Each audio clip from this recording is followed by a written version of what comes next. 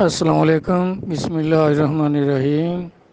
میرے پیارے بھائی، شریعت جو ہے یہ ظاہرہ پاکیزگی سکھاتا ہے، جو شریعت کا علم ہے۔ مثال کے طور پر کہ وضو کیسے کرنا ہے، نماز کیسے پڑھنی ہے، کپڑا پلیت ہو جائے تو اس کو کس طرح پاک کرنا ہے، برتنوں کو پاک کس طرح کرنا ہے، اس طرح ظاہر جو پاک کرنا ہے اس کو کہتے ہیں شریعت کا علم۔ اور جو باطنی پاکیزگی سکھاتا ہے اسے کہتے ہیں طریقت کا علم، کہ دل کس طرح پاک ہوگا، کس طرح وہ اللہ کا عرش ہوگا، اللہ کی معرفت، اللہ کی پہچان کس طرح ہوگی۔